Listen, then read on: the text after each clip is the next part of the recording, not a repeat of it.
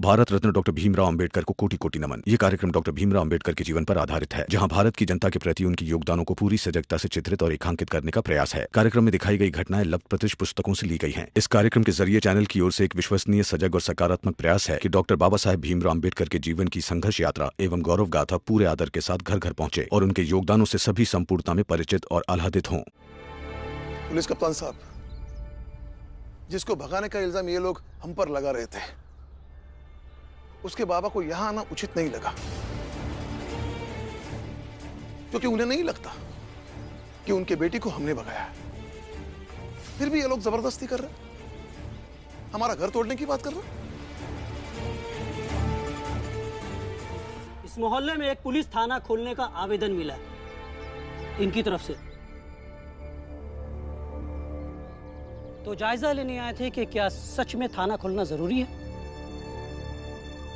अब तो हमें लगता है कि हाँ, जरूरी है। हम बहुत जल्द यहाँ पे एक थाना खोलेंगे।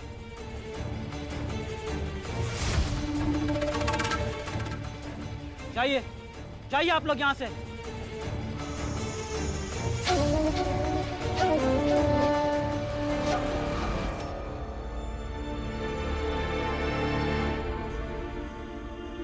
पुलिस कप्तान साहब, बहुत बहुत धन्यवाद। जितनी जल्दी हो सके उतनी जल्दी हमारे इलाके में पुलिस थाना खोल दीजिए।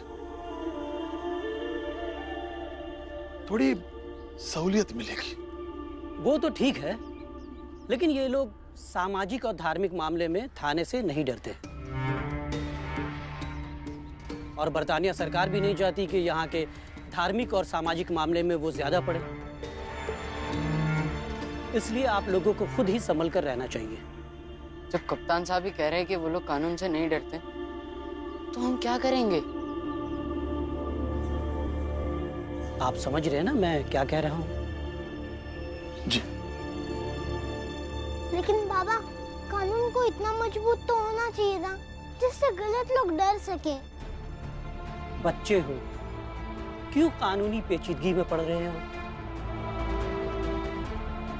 अंग्रेज इंग्लैंड में बैठकर यहाँ ऐसे ही नहीं सरकार चला रहे। बेमतलब उन्हें सामाजिक विरोध नहीं चाहिए। चलते हैं राम जी।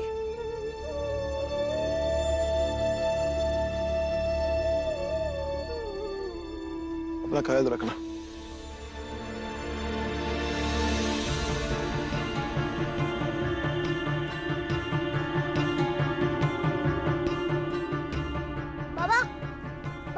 आनंद, जरा वो कंबल निकाल दे। पुलिस कप्तान ने कानून को पेचीदा क्यों कहा, जबकि कानून तो सीधा होता है, सही के लिए सही और गलत के लिए गलत। और फिर इंग्लैंड में बैठे हुए लोग यहाँ के सामाजिक विरोध से डरते क्यों हैं?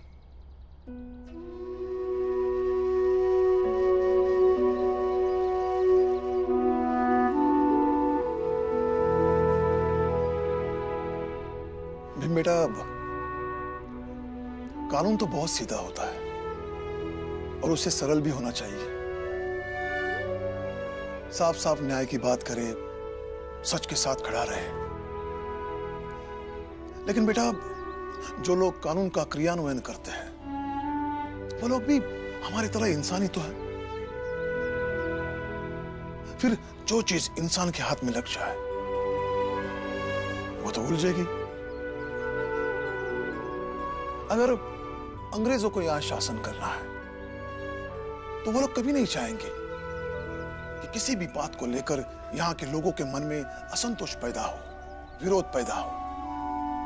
क्योंकि अगर ऐसा कुछ होगा तो लोगों के मन में उनके प्रति असंतोष है, गुस्सा है, तो वो भी विरोध के शक्ल में सामने आने लगेगा।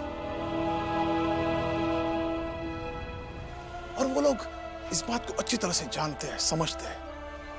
अगर इंसान को विरोध में खड़े रहने की आदत पड़ गई तो उनके सामने भी खड़े हो सकते हैं, है ना?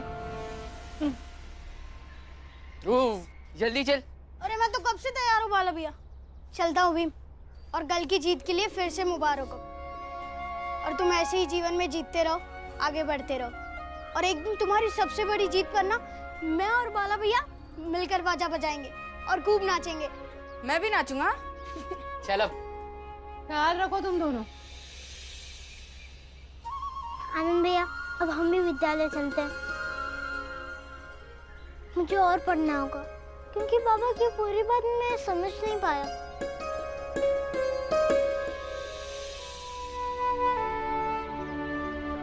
भीम बेटा अभी छोटे हो, जैसे जैसे बड़े होते जाओगे धीरे धीरे सब बात समझ में आने लगेगी।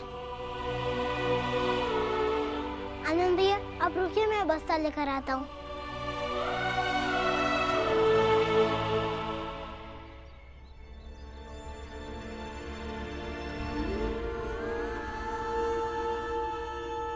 बीवा, तू अभी स्कूल जाएगा? वो लोग अभी गुस्से में है बेटा।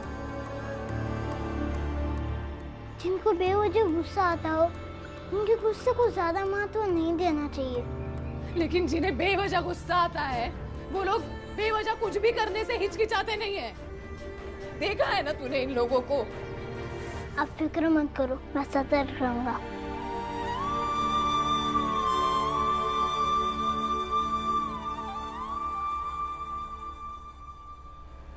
हमारी तो नौकरी कट गई। वो माधवी का बाप हमारी जाति का होके भी नहीं आया।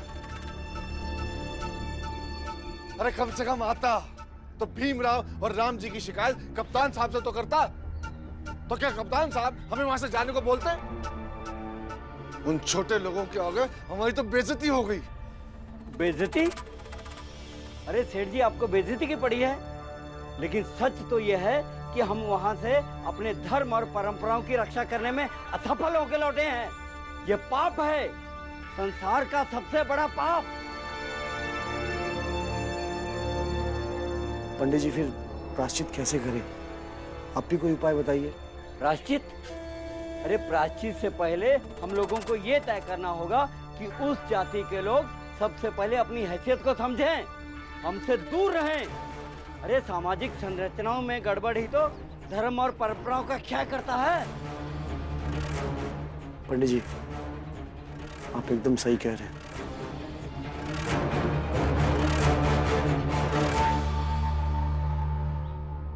सेठ जी हमें कुछ बड़ा सोचना होगा,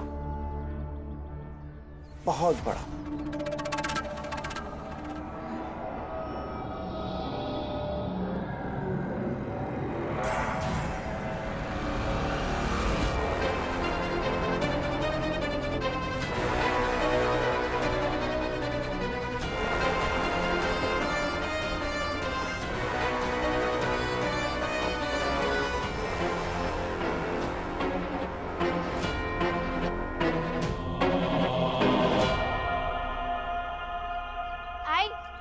पानी ले आई।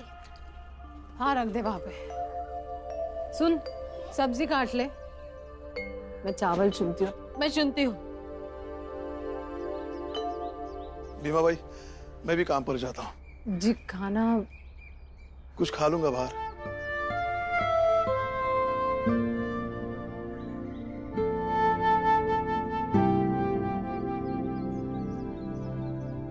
भाभी याद है जब भीम पैदा हुआ था तब भैया ने पहली बार उसे गोदी में लेकर बाहर निकलते हुए क्या कहा था? हाँ याद है ना। अब अंधेरा छटेगा, रोशनी होगी और हर दिन से जास्ती चमकीला सूरज निकलेगा। अंधेरा छटेगा और सूरज निकलेगा। आज मुझे सूरज के निकलने की पहली लालिमा दिख रही है। भाभी हमारा भीम कोई साधारण बच्चा नहीं है। आज उसने जिस भी जाति की औरत की मदद की हो, लेकिन वो औरतें जब भी भीम के बारे में सोचेगी अच्छा ही सोचेगी। और मैं तो कहती हूँ आज सतारा में रहने वाली हर औरत की आत्मा हमारे भीम पर गर्व महसूस कर रही होगी।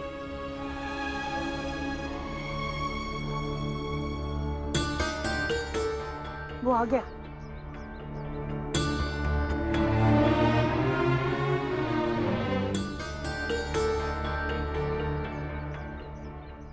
गुरुजी, ये विधवा औरतें हमारी तरफ क्यों देख रही हैं?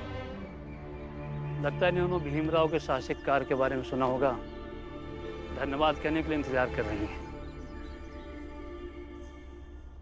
तुम दोनों में से भीमराव कौन है? जी मैं हूँ। अच्छा, तो तुमने उस विधवा बच्ची को गांव से भगा दिया? ये क्यों भगाएगा? वो खुद यहाँ नहीं रहना चाहती थी, इसलिए आज चली गई। और चली गई तो अच्छा ही हुआ ना। हाँ, अब वो एक नई शुरुआत करेंगी, इस आडंबर से भरी और गलत परंपराओं के खिलाफ। अच्छा, तो वो सारी बातें तुमने उस विधवा को कही है? जी।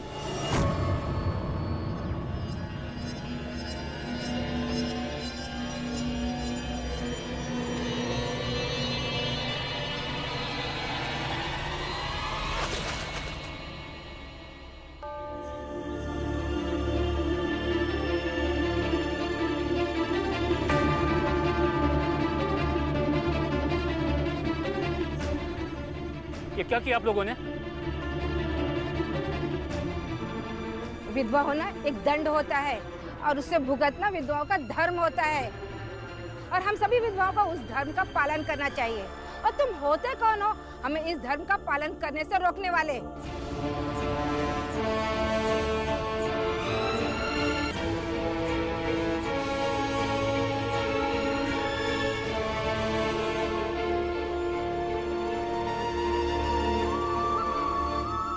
दीदी, अगर ये सारे लोग अपनी आत्मा की बातें सुनते ना तो माधवी के साथ ऐसा नहीं करते। शुक्र है कि आज माधवी जहाँ पर भी है वहाँ उसकी आत्मा की सुनने वाले लोग हैं। वहाँ उसकी फिर से शादी हो जाएगी। यहाँ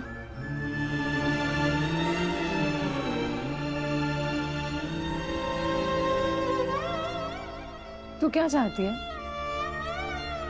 क्या हो माधवी का? शादी हो।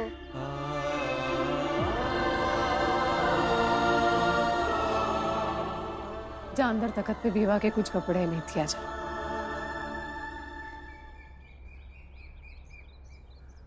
दीदी, ये आज की लड़कियां हैं, समाज के इन दकियानुसी बातों को ज्यादा दिन नहीं मानने वाली। चलो अच्छा है, विधवाओं का उद्धार तो होना ही चाहिए। क्या करे, औरत ही औरत की दुश्मन बनी बैठी है।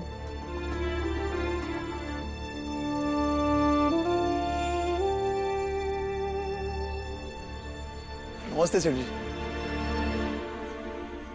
राम जी, तुम्हारे लिए एक बुरी खबर है।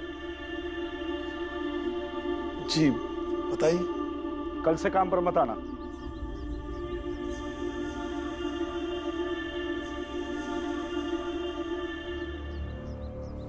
ठीक है सेठ जी, लेकिन आज का काम करता हूं, कल से नहीं आऊंगा काम पर।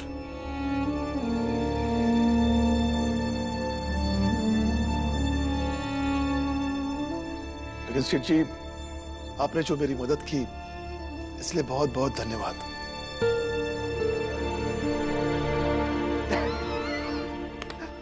देखा देखा, यही खास बात है राम जी के अंदर। मैंने कहा था ना, इस आदमी को कोई चिंता नहीं है। नहीं सेठ जी,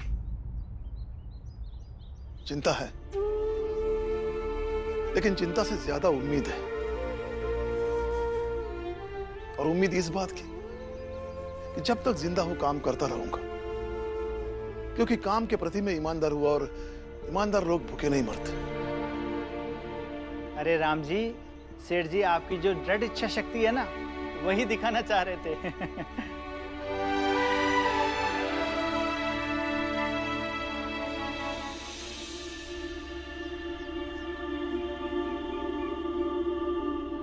सेठ जी, और राम जी को खुशखबरी भी सुना दो। राम जी जी कहिए। राम जी, मैंने बताया था ना, यहाँ से कुछ दूरी पर गोरेगांव में सरकारी ठेके पर एक तालाब खुदने वाला है। हाँ।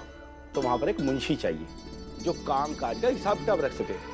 15-20 दिन बाद वो शुरू हो जाएगा। तुम वहां पहुंच जाना और तनख्वाह भी तुम्हारी 2 गुना रहेगी वहां पर।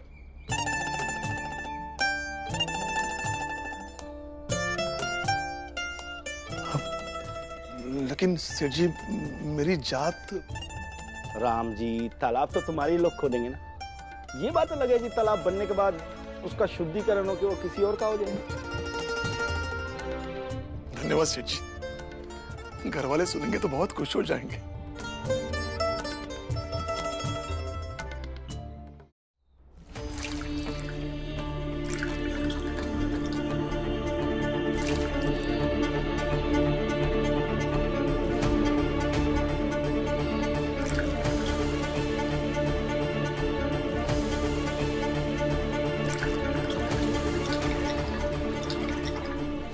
इसीलिए मेरे मन में डर लगा रहता है।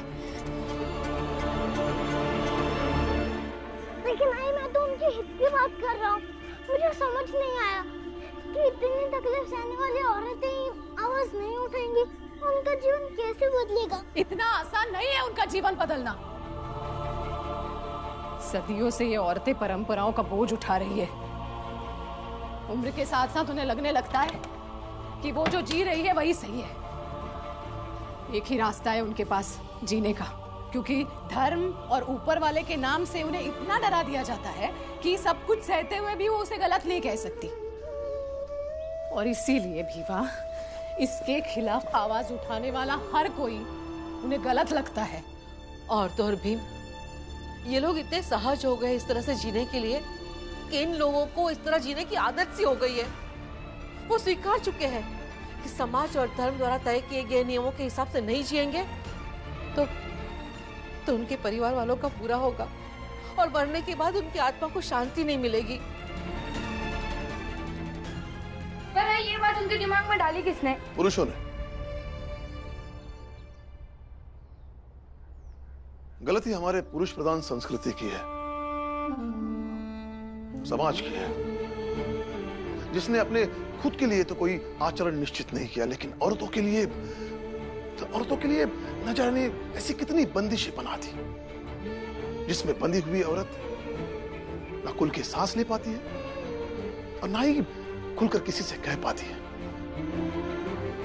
सिर्फ सहती जाती है। और सबसे ज्यादा सहती है एक विधवा औरत।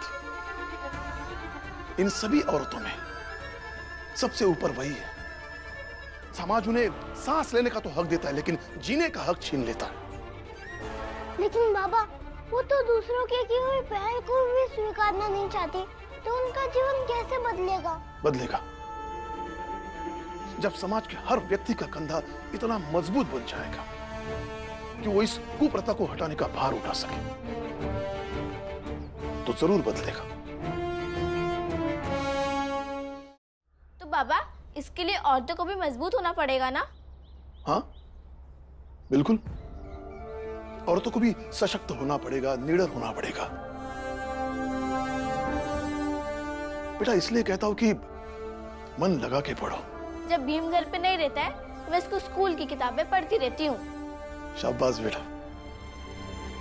जा बेटा, बाबा के लिए पानी लेके। आपको पता है आज क्या हुआ? हाँ, जानता हूं। एक लंबी लड़ाई की शुरुआत हुई है आज, लेकिन इस खबर के साथ एक खुशखबरी है। बताओ।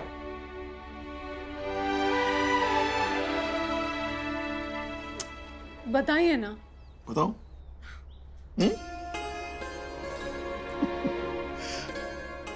मेरी तनख्वाह दुगनी हो रही है। सच?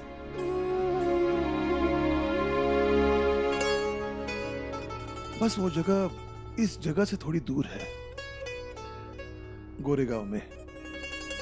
तो रोज यहां से आना जाना तो नहीं कर पाऊंगा, तो मैं सोच रहा हूं कि 3-4 दिन बाद घर आऊंगा।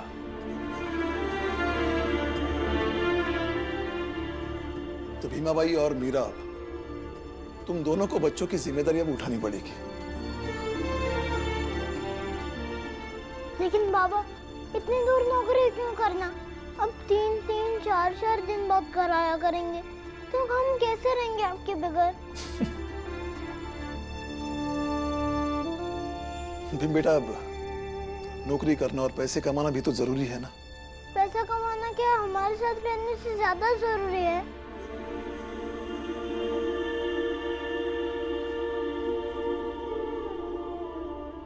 बात सिर्फ भावनाओं की है तो कतई नहीं, क्योंकि परिवार के सामने दुनिया की सारी दौलत फीकी है।